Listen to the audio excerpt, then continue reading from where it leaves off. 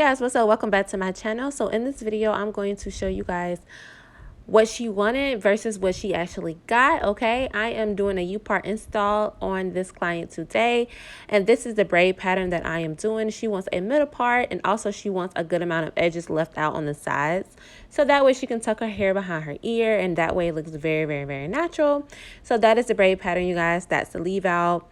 And I did a perimeter braid behind the leave out, and then I did a perimeter braid where the leave out is on the sides, and then I just braided everything else back and just connected the braids all together, and then sewed the excess braid down. Okay, that is the braiding pattern I use for a middle part. That's the same braiding pattern I use for a middle part sew-ins as well. So yeah, so this wig is from Love Me Hair.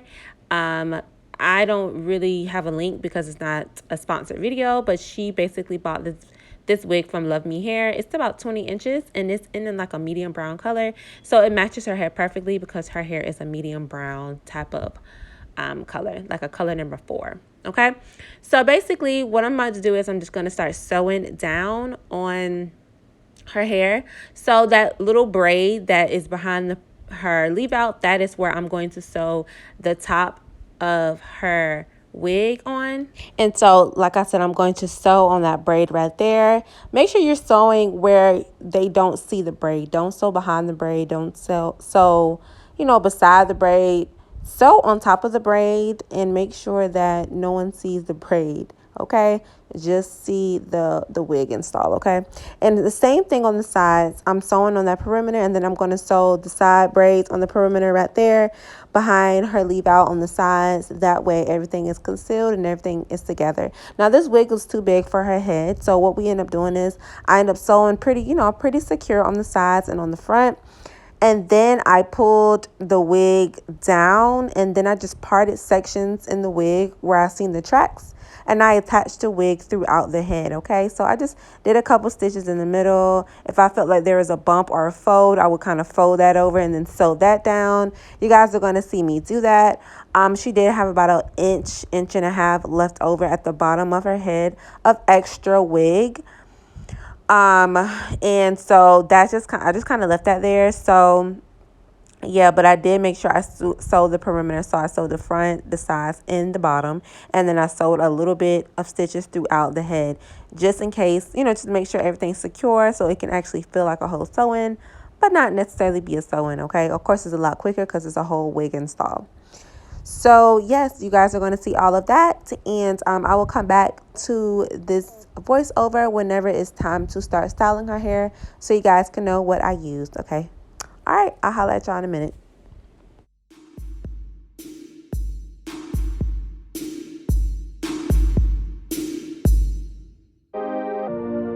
Calling you, text you too, where'd you go?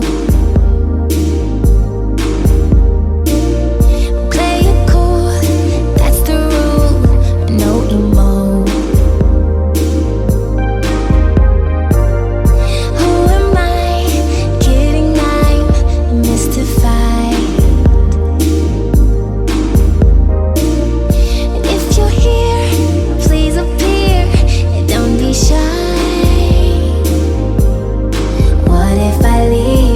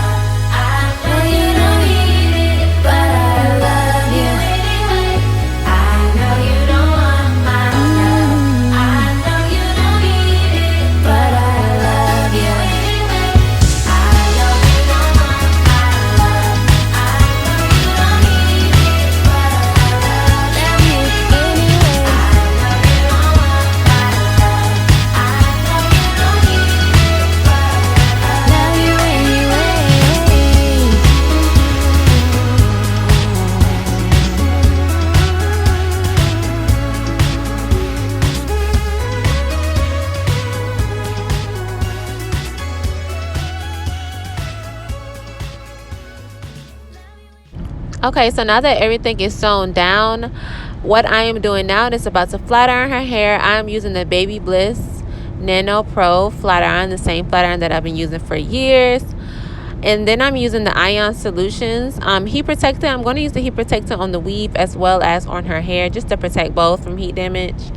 I know the hair is dead, but you get what I'm saying. Like, you still want to have it still have its luster like it did at the beginning, and heat damage and chemical damage from bleach and things like that can alter the softness and the sleekness of hair. So as far as her edges, she does not like edge control, so she likes it to look like a soft hold. You get what I'm saying? Like, her edges not to have all that stuff on it. She wants to give it a soft hold. So what I do is kind of like what I do with some of my wigs. I would flat iron the leave out and the edges really good, flat iron it out, and then I'll get an edge brush and some spritz, some light holding spritz, and spray the spritz on the edge brush. Then I'm going to smooth the edges in and smooth the edges down, and just to make everything smooth and sleek. And then I use a blow dryer and just dry it and make sure it's dry, sleek.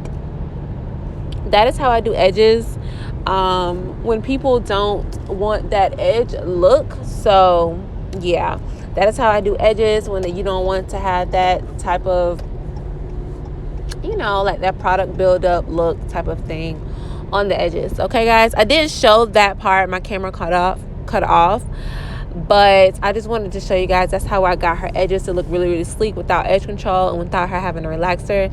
She is natural, however, she's a straight natural, so she wears her hair straight a lot. So that's that. Okay, and I did cut some light layers in the wig in the front just to kind of match her hair. I hate when they have, like, the client has her hair and then boom, you can see where it stops and then there's the weave. I like to kind of have it all flowing together, so I did like light layers in the front just to make it look a lot more natural. Okay, guys, so that's basically what I did. I hope you guys enjoyed this video. As you guys can see, the end result turned out really good. It looks like a sew-in, guys. It turned out so well, and to me it did look like the picture. Okay, so I hope you guys enjoyed this transformation video, and I will talk to you guys in my next video. Bye, guys.